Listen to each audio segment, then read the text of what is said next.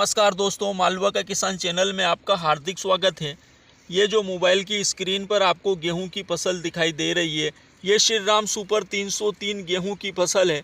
इस गेहूं की फसल की बिजाई हमने 15 नवंबर को पलेवा कर की थी।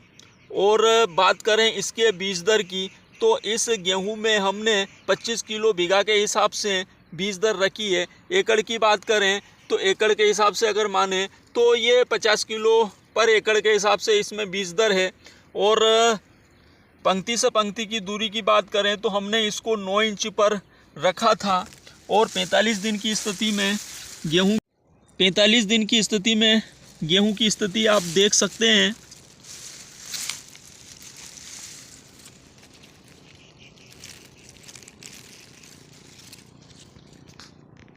दोस्तों, आज का जो हमारा वीडियो है वो है ख़राब मौसम के बाद जो गेहूं की फसलें पीली पड़ जाती है, उन फसलों को किस प्रकार से हम सही करें या कौन से पोषक तत्व उनको दें कि वो जो फसलें हैं वो फिर से हरी भरी हो जाए। क्योंकि दोस्तों, जब जब पानी गिरता है या मौसम ख़राब होता है, धुंध गिरती है, तो उसके बाद अनेक जगहों पर जो गेहूँ की फसलें हैं वो पीली पड़ जाती है। ऐसी स्थिति में हमारे जो किसान भाई है वो परेशान होते हैं कि कैसे इन गेहूं को सही किए जाएं, क्या पोषक तत्व इनको दिए जाएं।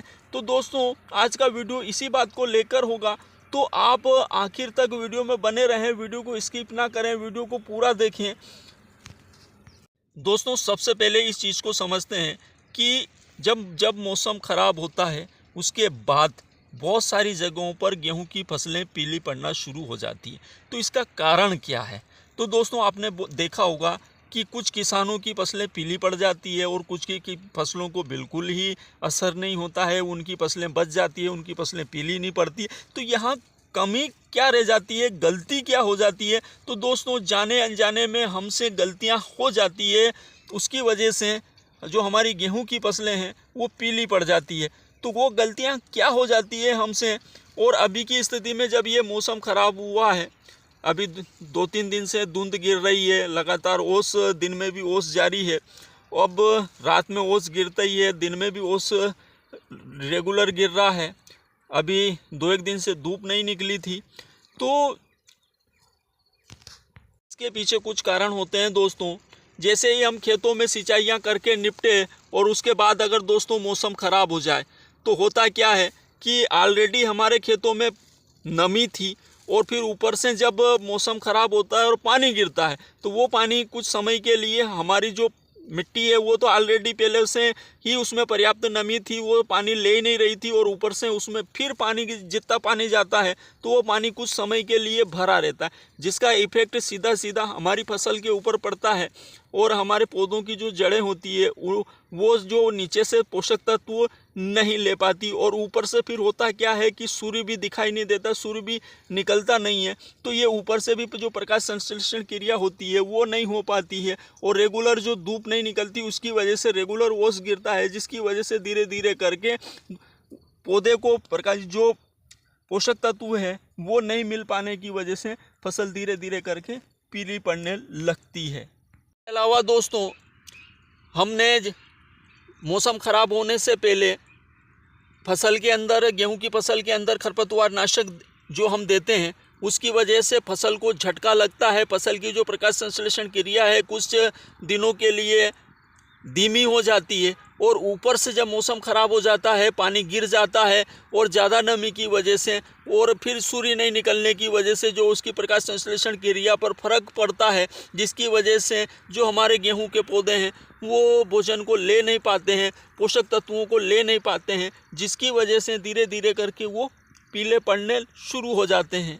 उसके अलावा दोस्तों, मौसम ख़राब होने से कुछ ही दिनों पहले अगर हमने थोड़ी ज़्यादा मात्रा में अगर फसल को नाइट्रोजन दिया है, तो उससे होता है क्या है कि जो हमारी फसल है वो थोड़ी मुलायम हो जाती है, उसकी जो पत्ते होते हैं वो थोड़े मुलायम हो जाते हैं, जिसकी वजह से फिर उसकी प्रकाश संश्लेषण क्रिया जो ख़राब मौसम की वजह से धीमी होती है या रुकती है, और वो जो नीचे से अच्छे से पोषक तत्व नहीं ले पाता है, तो ऑलरेडी उसकी जो शाखाएं थी, उसके जो पत्ते थे वो मुलायम थे, और ऊपर से जब इसका इफ़ेक्ट पड़ता है ओस लगातार उसके ऊपर जमा रहती है, जिसकी वजह से धीरे धीरे करके वो गलने जैसी स्थितियों में आने लगते हैं और हमारी फसल पीली पड़ने लगती है।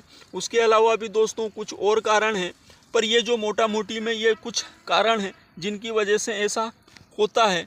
तो दोस्तों यहाँ पर अब सबसे बड़ी जो चीज़ है कि हम जो फसल पीली पड़ गई है इन कारणों की वजह से, जो कि ख़राब मौसम की वजह से पीली पड़ी है, एकदम पहले अचानक सही थी और अचानक से इस ख़राब मौसम के बाद पीली पड़ गई है, तो उसके लिए हम क्या करें कि हमारी फसल फिर से हरी भरी हो जाए।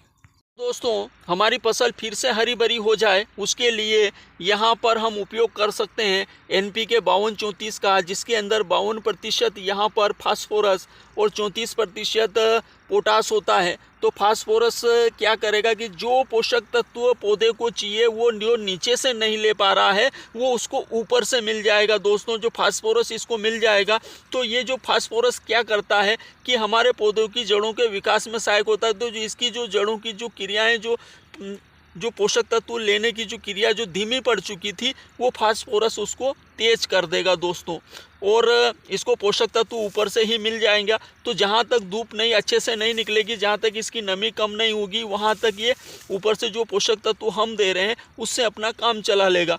और उसके अलावा दोस्तों हम जो पोटास दे रहे हैं साथ में जो उसमें NPK 52-34 में जो फास्फोरस इसकी पोटास की मात्रा है वो इसके अंदर थोड़ी सी गर्मी देगी, तो उसकी वजह से भी फसल में फिर से रंगत आने लगेगी दोस्तों।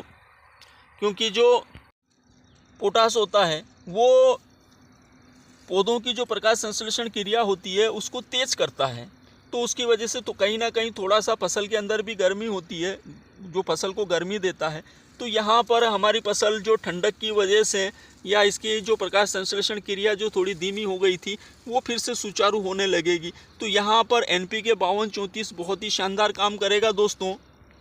उसके अलावा दोस्तों हम ले सकते हैं बायोविटा।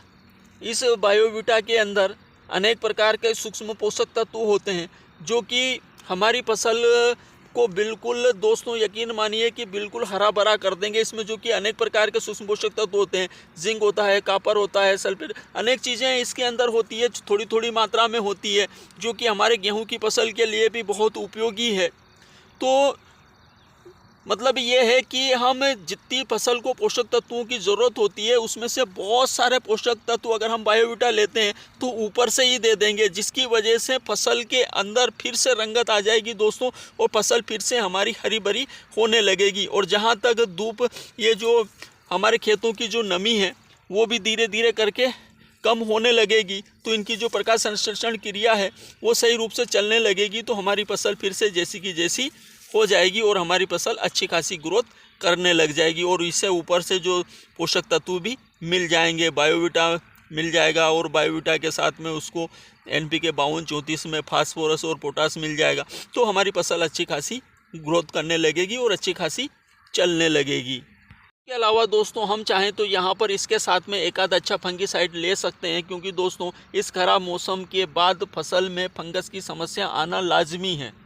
क्योंकि फंगस की जो फफूंद की समस्या है वो लगातार नमी बनी रहती है, उसकी वजह से फंगस की समस्या भी आती है। तो एक आध हम अच्छा फंगिसाइड ले सकते हैं, जैसे नेटिव फंगिसाइड हो गया, या आपका कस्टोडियो फंगिसाइड हो गया, या फिर ओपेरा हो गया, प्राइक्सर हो गया, ऐसे आप एक आध अच्छे फंगिसाइड का उपयोग कर सकते हैं।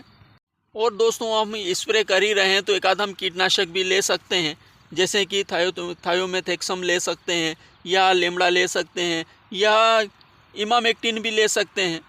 हम इन चीज़ों का उपयोग करके हमारी फसल को फिर से हरा भरा कर सकते हैं।